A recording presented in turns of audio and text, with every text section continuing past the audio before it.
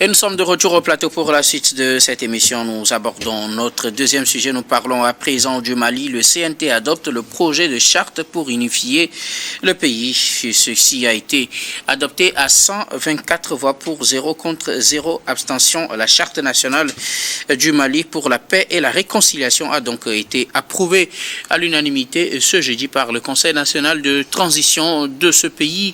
Et cette charte a été proposée en juillet dernier par rapport à la situation. Il vient suite à la dénonciation en janvier 2024 de l'accord de paix d'Alger, l'accord de 2015 qui permettait d'instaurer une certaine entente entre le gouvernement malien et les groupes rebelles du Nord. On sait que les deux parties ont dénoncé cet accord. Une nouvelle charte donc voit le jour. Elle a été sur la table du Conseil national de transition qu'il a adopté ce jeudi. Il faut dire que dans la forme, cette charte est élaborée avec un préambule, 6 titres, 39 chapitres et 106 articles. L'objectif, c'est de réconcilier les Maliens autour d'un idéal et des valeurs des Maliens. Nous en parlons avec nos invités. Je commence par vous, Dominique Lacmont. En 2015, c'était plutôt un accord de paix signé sous l'égide d'Alger qui avait regroupé autour de la table les représentants du gouvernement malien et ceux des groupes rebelles du Nord qui sont aujourd'hui considérés comme des groupes terroristes par le gouvernement malien. Aujourd'hui, après la dénonciation de cet accord d'Alger, c'est une nouvelle charte pour l'unification du Mali qui est adoptée.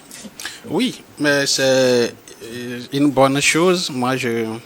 Pour la forme, moi j'apprécie trop cette manière, comme on l'a dit, quand il y a un problème, il faut que c'est les Maliens même qui s'asseyent pour discuter de leurs problèmes. Et je pense que c'est une bonne initiative. Et quand vous prenez cet accord, cette charte que vous lisez, vous allez voir beaucoup de choses qui sont très bien, qui sont contenues dans cet accord, notamment la protection des droits de l'homme, la lutte contre la pauvreté, la justice, l'égalité.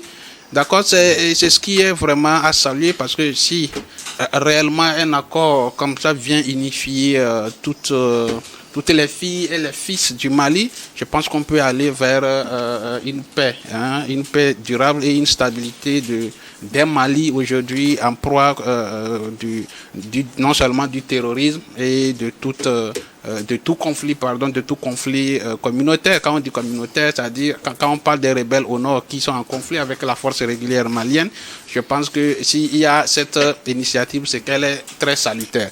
Maintenant, une autre chose, c'est que est-ce que les idées concordent avec le climat qui règne actuellement au Mali? Si vous prenez, vous analysez la situation sociale et tout du Mali, vous allez voir que ce qui est contenu dans la charte est un peu en déphasage avec ce qui se passe sur le terrain. Si vous avez le conseil, un CNT qui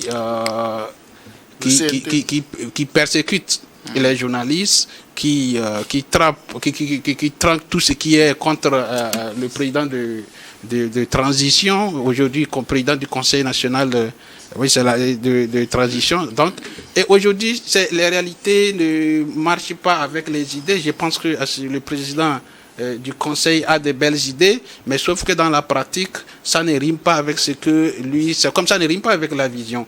Alors, je pense que je rappelle qu'il y a un Conseil national de transition dont le président n'est pas le président Assimi Goïta. Mais le Conseil national de transition, c'est l'organe qui tient lieu d'assemblée nationale. Oui, mais cette assemblée, et puis aussi il y a le gouvernement de transition. Oui, cette assemblée n'a pas une légalité ou légitimité qui représente tout le peuple malien. Ce sont des gens qui ont été cooptés par le président Assimi Goïta, et c'est ces gens-là qui donnent leur provenance émanant des forces vives sur cette base, c'est Assimi Goïta seul qui a apprécié la qualité et qui est cette personne qui peut être dans ce conseil-là. Ça veut dire que ce n'est pas un conseil qui reflète l'image du peuple malien. Donc aujourd'hui, moi je voudrais attirer l'attention du président du conseil, c'est d'aller vers l'effectivité des choses. Il faut commencer par apaiser le climat. Vous savez, les rebelles, ce sont des Maliens, il faut toujours discuter. Si je prends, avant que nous, au niveau du Togo, on signe un accord avec l'UFC.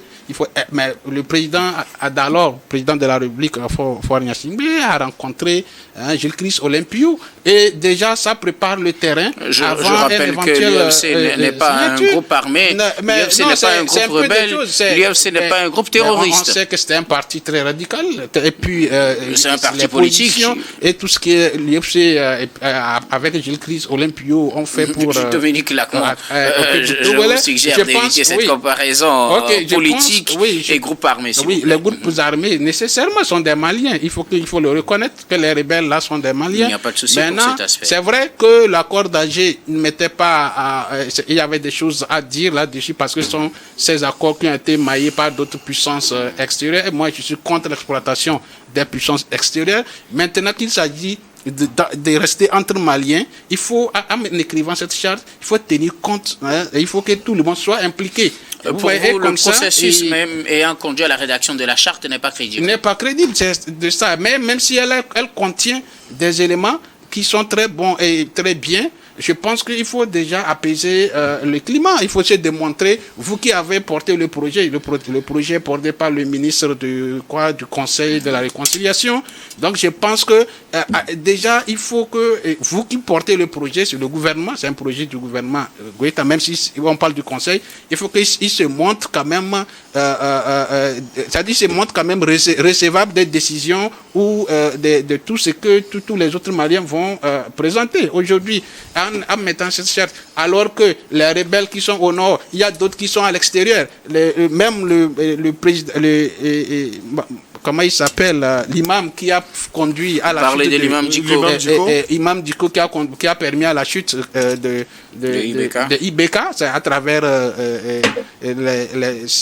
les sorties et la mobilisation de cet imam qui Assimi Goïta a pu faire son coup d'État. Mais aujourd'hui, cet imam-là, il est en exil. Donc je pense qu'il y a des éléments que le président Goïta doit commencer pour apaiser la tension et le climat, pour favoriser l'idée qu'ils sont actuellement porteurs. Donc je pense que c'est une bonne idée, mais le contenu est bon et la forme elle est très bonne. Mais bon, la forme est bonne, c'est le fond et l'effectivité des choses qui laissent un peu à désirer. Merci beaucoup à vous, Dominique Lacmont.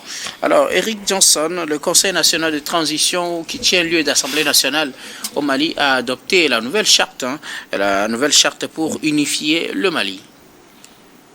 Alors, Eric, et puis je me tourne vers Credo DT. Toutes mes excuses, Eric, alors. Non, je pense que dans une certaine mesure, adopter ce projet de charte est une bonne chose parce que nous savons que ce pays-là fait face aujourd'hui à un terrorisme, un djihadisme qui franchement divise les populations maliennes. Alors, le CNT, je dis, c'est une assemblée qui, ma foi, est composée de gens qui sont déjà acquis au pouvoir en place. Et donc, comme ça a été adopté à l'unanimité déjà, ça veut dire que c'est une charte qu'on impose à la population. On aurait peut-être souhaité que les partis d'opposition qui sont d'ailleurs suspendus, qui ne peuvent plus fonctionner dans le pays, on aurait souhaité quand même qu'ils soient impliqués dans l'élaboration d'abord de cette charte-là et après quand même à son adoption. Mais je dis l'un dans l'autre, cette charte-là qui présente quand même des dispositions pour la paix, personne ne peut la renier.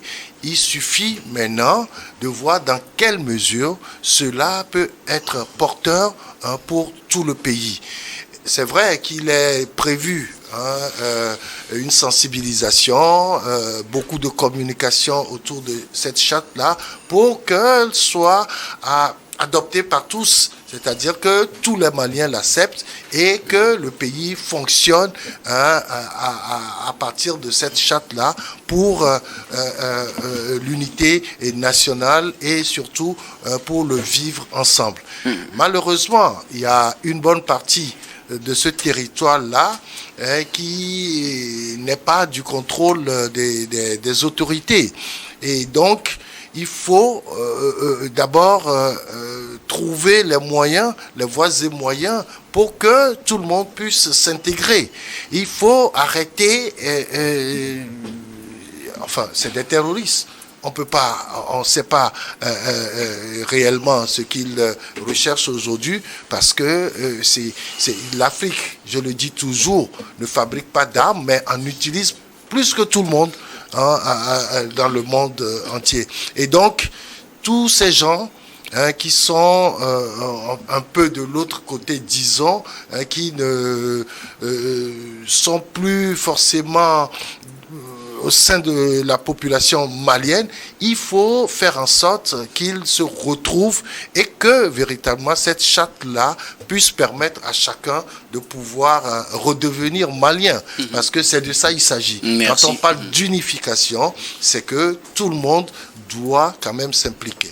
Alors, vous pensez que cette charte sera acceptée par toutes les parties prenantes, et les partis politiques et les groupes armés qui sont aujourd'hui appelés groupes terroristes, groupes rebelles? Je ne sais pas, vous pensez que cette charte pourra les réunifier tous, puisque l'objectif, comme vous le dites, c'est de faire de tous des Maliens?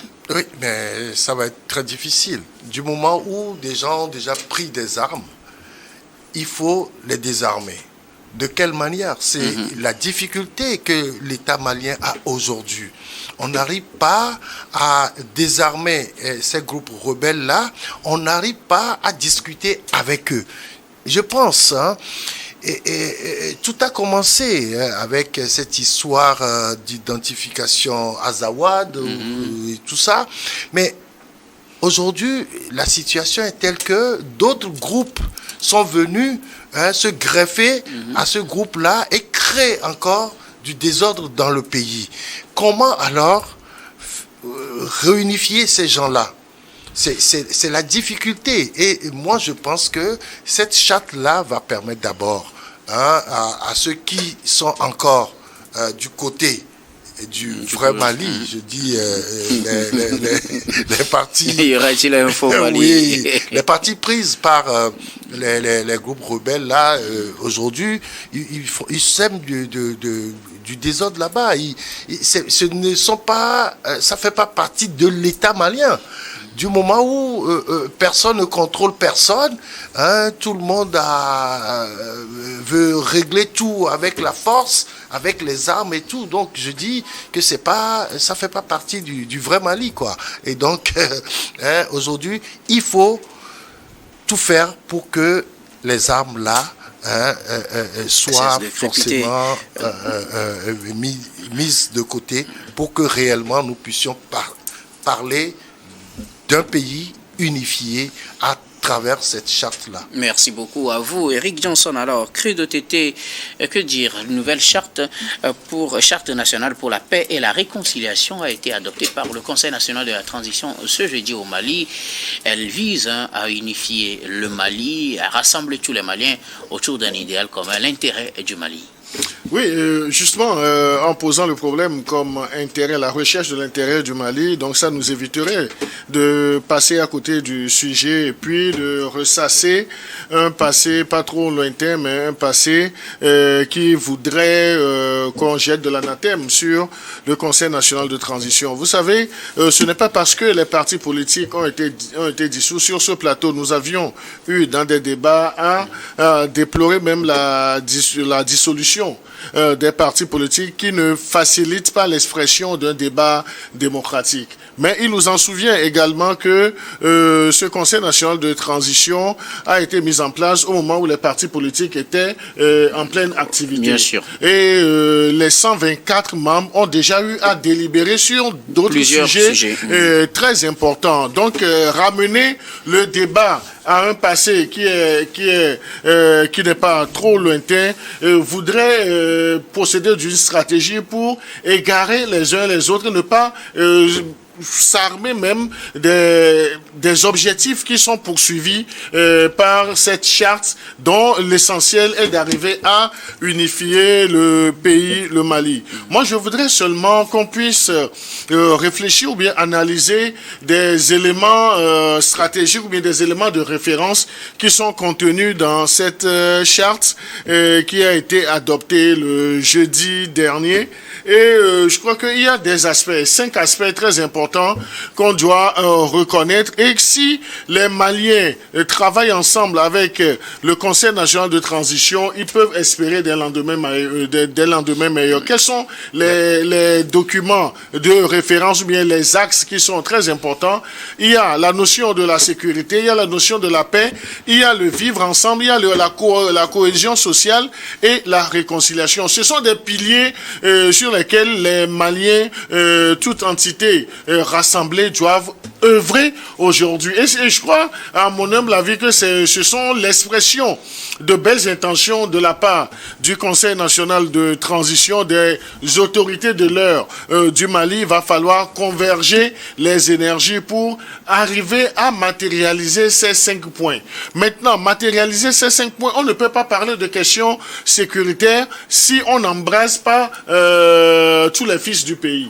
Et cela débouche logiquement sur la notion de paix. La cohésion sociale réside également, ou bien induit un autre aspect qui est le vivre ensemble. Donc il va falloir que les Maliens puissent travailler sur ces 5 points qui sont contenu, disons, dans ce document de référence. Parce que aujourd'hui, on peut beau critiquer le Conseil ou bien les nouvelles autorités du Mali, mais il n'y aura plus un retour en arrière. Donc, il va falloir évoluer et dans l'évolution, qu'on fasse des critiques qui soient assez positives pour aider toutes les parties prenantes. Moi, je serais très à l'aise. Aujourd'hui, ici, on nous dit qu'il y a de l'espoir pour un retour rapide aux activités des partis politiques. C'est ce que nous pouvons souhaiter lorsque on s'inscrit dans une logique de démocratie. Mais en mettant en œuvre ces éléments de référence que je viens de citer, on peut gagner du terrain et puis le Mali pourra s'en sortir. Je rappelle qu'une partie du territoire malien est toujours sous le contrôle des groupes armés du Nord, surtout. Est-ce que cette charte va permettre à ces groupes de se retrouver dans l'entité Mali que veut reconstruire le gouvernement malien dans le vrai Mali, comme pour reprendre les termes de abusivement, je ne voudrais pas parler du vrai Mali, mais je parle du Mali. Parce que pour moi, c'est un abus de langage, c'est essayer de dérouter le sujet sur notre trajectoire. Mais vous savez, lorsque on prend parmi les 5 points soulevés ou bien contenus dans ce document de référence, lorsque on considère seulement deux notions clés, la paix et la sécurité, donc c'est dire qu'on doit décliner des actions qui peuvent amener les autres parties également à se sentir en paix et en sécurité chez eux. Non seulement en paix et en sécurité, mais concernés par les questions de paix et de sécurité pour le Mali. Donc, c'est dire que aussi bien les nouvelles autorités ou bien les autorités de l'heure que ceux qui sont en train de s'écarter ou bien de revendiquer également d'autres territoires, si toutes les parties ont ce besoin, ont cette envie de paix et de sécurité, on peut envisager des lendemains meilleurs pour le Mali. Et lorsqu'on parle de questions de paix et de sécurité, ce n'est pas de la magie. Donc, il va falloir travailler sur des leviers qui sont très importants. Et ce n'est pas du jour au lendemain. Donc, c'est un travail conjugué qui doit être fait par tous les fils et toutes les filles du Mali. Alors, merci beaucoup. Alors, vous, Eric. Je pense que ce que Credo dit, c'est l'idéal. Mais dans la pratique, ça va être très difficile. Du moment où tous ces gens-là dont on parle ne sont pas impliqués dans l'élaboration de cette charte, lorsque tous ces gens-là ont été écartés parce que on considère qu'ils s'attaquent à l'État malien, je crois qu'il sera très difficile de les impliquer dans la la gestion ou même l'application de cette charte-là. Ce que je veux dire, personne n'est contre cette charte-là, au contraire, parce que à un certain moment, il faut réfléchir, poser de nouvelles bases pour que le Mali soit totalement unifié. Sauf que on est en face des gens qui ne sont pas là pour le dialogue, mais qui sont là pour la force. Et donc, l'État malien doit trouver des voies et moyens pour désarmer tout ce monde-là et pouvoir maintenant mettre en place la pratique de cette charte-là. C'est très important parce que aujourd'hui, le président du Conseil, Assimi Goïta, il serait vraiment heureux que tout le monde désarme et que tout le monde revienne à la table de négociation. Mais il faut partir de quelque chose. C'est pour ça que je dis, cette charte-là, elle est importante, mais dans la pratique, ce sera difficile pour l'application. Merci beaucoup à vous, Eric Johnson. Alors, Dominique Lacmont, est-ce que sur la forme et le fond, dans le contenu et le contexte, est-ce que cet accord est beaucoup plus prometteur que l'accord qu'il vient de remplacer? Cette charte est-elle plus prometteur que l'accord de paix d'Alger signé en 2015 quand on compare les deux? Oui, comme on l'a dit, le contenu est très bon. Il n'y a rien à dire pour ce qui cette charte contient. Mais il devait y avoir un travail préalable qui n'a pas été fait. Mais est-il dit que la charte est là? Si les autorités maliennes, à leur tête le président Goïta, comme on l'a dit, aujourd'hui, tout le monde sait que Goïta, c'est lui le président. Il n'y a personne ne peut lui ramener, ne peut lui retirer le pouvoir.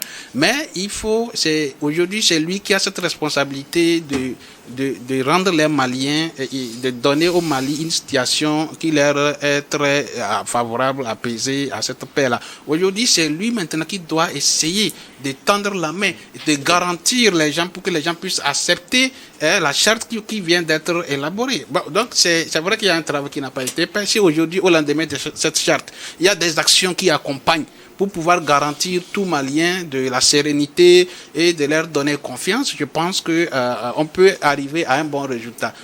Quoi qu'on dise, les rebelles sont des Maliens, mais on finira, quelles que soient les armes, pour qu'on puisse arriver à aboutir à une paix durable. Il faut finir par discuter. Si Assimi Goïta fait un travail, envoyer des émissaires pour aller garantir ces rebelles, tous ceux qui sont aussi tous ceux qui sont en exil, pour les ramener et leur garantir cette sécurité, je pense que on peut arriver à concrétiser des résultats derrière cette charte-là. Merci beaucoup. Credo Tété, cette charte est-elle plus prometteuse que l'accord de paix d'Alger signé en 2015? Non, je crois que cette charte est déjà domiciliée. C'est domicilié parce que c'est une décision qui a été prise. C'est une initiative prise par des Maliens qui n'est pas imposée par une autre puissance qui avait également d'autres intérêts. Mais je voudrais rebondir sur un des aspects développé par Dominique pour dire on peut arriver à avoir un Mali plus apaisé, plus rassembleur lorsque le levier, et l'un des leviers très importants aussi, c'est le levier de la réconciliation. Donc, pour aboutir à cette réconciliation, cela suppose qu'on doit poser des actes qui puissent rassurer toutes les parties. Donc c'est là où on attend le président Assimi Goïta. Mais moi, en abordant ce sujet, je l'ai dit dans mon premier développement, il ne s'agit pas de vouloir faire un procès au président Assimi Goïta sur la configuration même de ces 124 membres présents qui ont délibéré sur la charte, mais revoir l'importance ou bien l'essentiel de ces 5 points, la sécurité, la paix, la réconciliation, la cohésion sociale qui également alimente le vivre ensemble dans tout pays bien constitué. Merci beaucoup à vous tous pour vos contributions. Nous allons marquer la pause pour le journal, puis on reviendra tout à l'heure pour la suite de cette émission.